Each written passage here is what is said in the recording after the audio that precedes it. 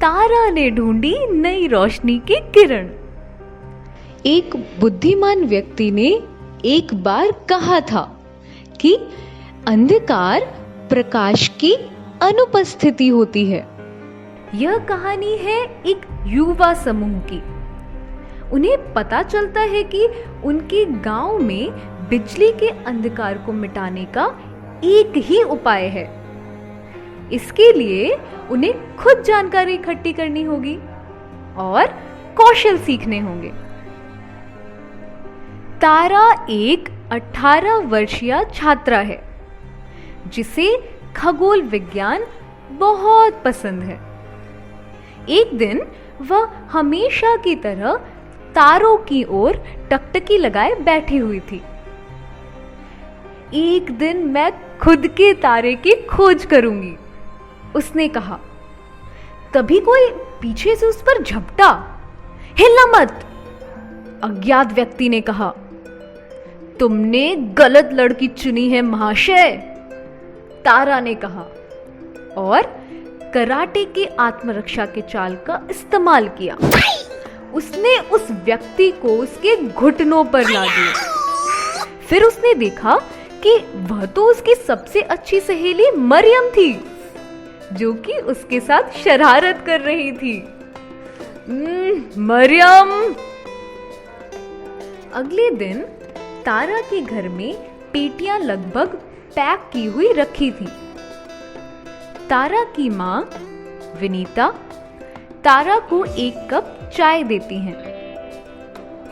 क्या तुम्हें सच्ची में घर से दूर जाना है? बाद में जब तारा और मरियम वैन से जाने लगते हैं तो तारा अपनी माँ को अलविदा कहती है। हाँ माँ, मुझे जाना होगा। इंजीनियरिंग कॉलेज में बहुत अच्छा छात्रावास है। वैन गांव और शहर के बीच से होते हुए निकलती है। आखिरकार जब लड़कियां अपने छात्रावास पहुंच गईं, तो उन्होंने देखा कि कमरा बहुत अस्त व्यस्त था। यह क्या है? तारा हाफी। अचानक से एक लड़का और एक लड़की, जो कि उन्हीं की उम्र के थे, उनका नाश्ते के साथ अभिवादन करते हैं। नमस्ते, मैं नेहा हूं और यह है नितिन। आपका स्वागत है। हम आपके कमरे की सफाई करने में आपकी मदद करेंगे। युवा पूरा दिन सफाई करने में बिता दिए और दिन के अंत में थक गए। अगले दिन वे सब इंजीनियरिंग कॉलेज की तरफ निकले। कॉलेज में एक वेधशाला है। उत्साहित तारा वेधशाला की तरफ जाती है। वाओ, यह अविश्वसनीय है, उसने बोला जब उसने टेलीस्कोप को देखा। आहा, लगता है हमारे साथ एक और खगोल विज्ञान प्रेमी है। तारा के पीछे से आवाज आती है। वह खगोल विज्ञान की प्रोफेसर प्रीति है। तारा शर्मिंदा होती है। मुझे माफ कर दें, मैं परेशानी का कारण नहीं बनना चाहती थी। प्रोफेसर प्रीति ने तारा की नोटबुक उठाई, जो उसके हाथ से गिर गई थी, और उसको पढ़ने लगी। आप तो तारों का उत्तम रेखा चित्र बनाती हैं तारा।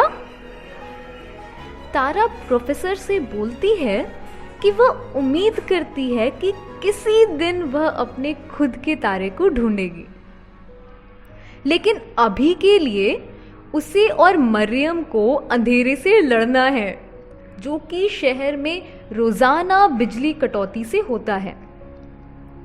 जब तारा अपने कंप्यूटर पर अनुसंधान करती है, तभी बिजली चली जाती है। फिर से नहीं, तारा कहती है। उसी समय मरियम बाल्टी लेकर आती है ताकि छत से टपकते हुए पानी से कमरे में बाढ़ ना आए। बाद में उसी हफ्ते तारा घर वापस आती है, जहां उसके पापा उसके जन्मदिन के लिए केक तैयार करते हैं, घर में बिजली ना रहने के बावजूद।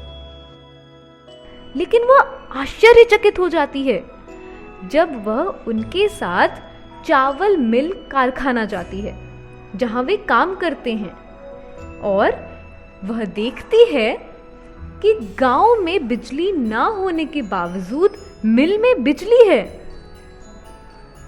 यह कैसे है? मैनेजर ने तारा को समझाया कि हमारे पास गैसीफायर है जो कि डीजल पर चलता है।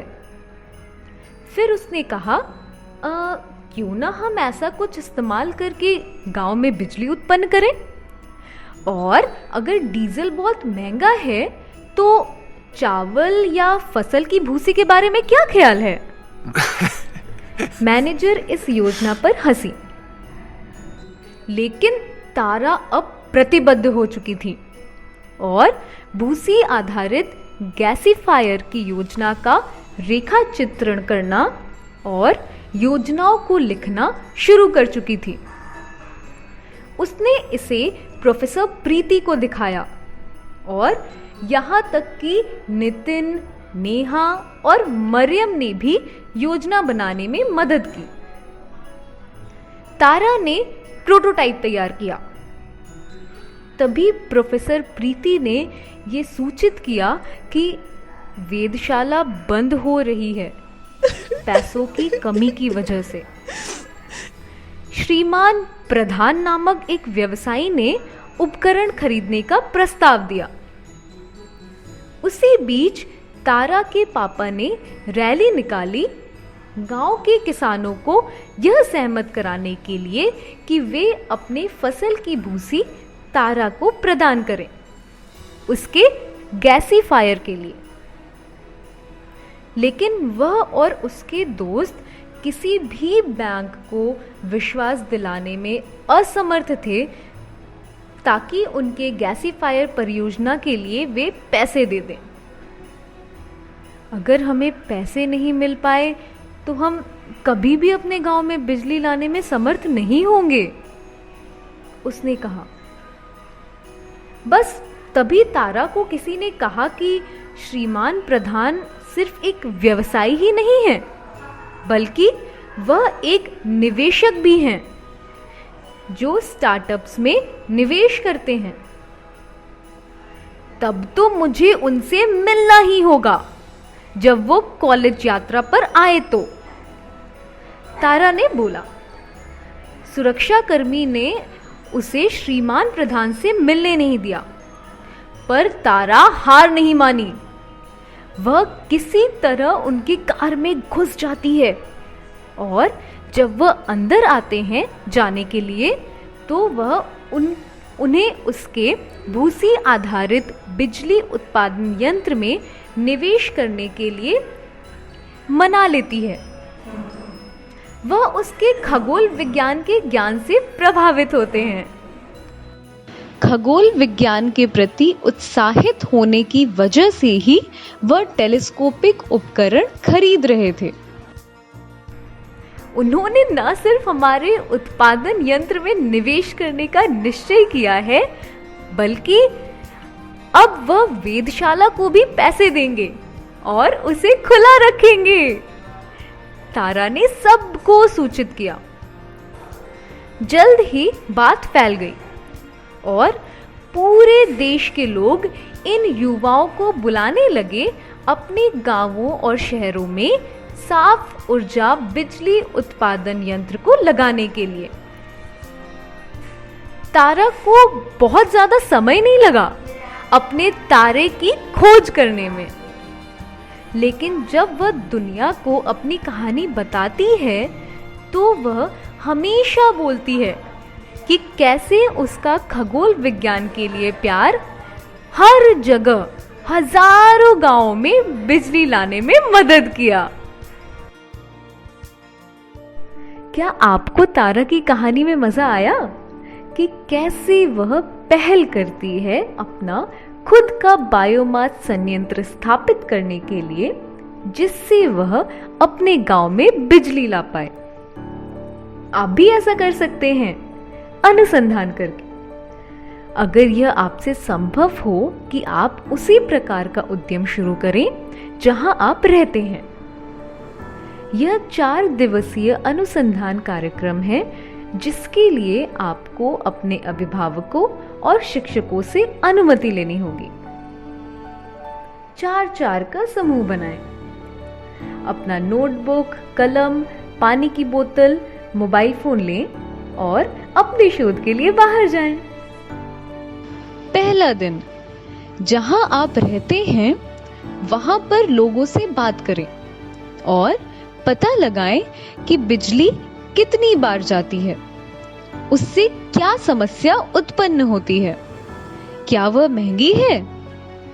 अगर आप उन्हें साफ ऊर्जा दें तो क्या वे पैसे देने के लिए तैयार हैं? क्या किसान आपको उनके खेतों का कचरा देने के लिए तैयार हैं? आप जितने प्रश्न पूछ सकते हैं पूछिए। दूसरा दिन, स्थानीय बिजली प्राधिकारी या जिलाधिकारी के दफ्तर जाएं और पता लगाएं कि बिजली के मामले में गांव को किन चुनौतियों का सामना करना पड़ता है, बिजली कहां से आती है, साफ ऊर्जा प्रदान करने वालों के लिए अनुवृत्ति आदि। इसके अलावा और प्रश्न पूछें, खूब सारे नोट्स बनाएं।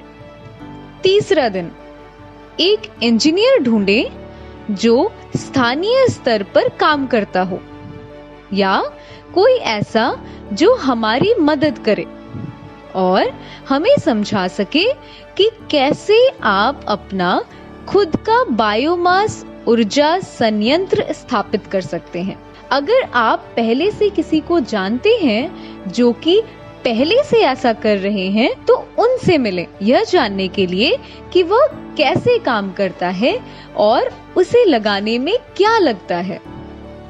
चौथा दिन, अपने सारे नोट्स, तस्वीरें और वीडियोस को साथ में रखें और अपनी रिपोर्ट लिखें कि आप अपना साफ ऊर्जा का उद्यम शुरू करेंगे जिससे सबकी मदद होगी।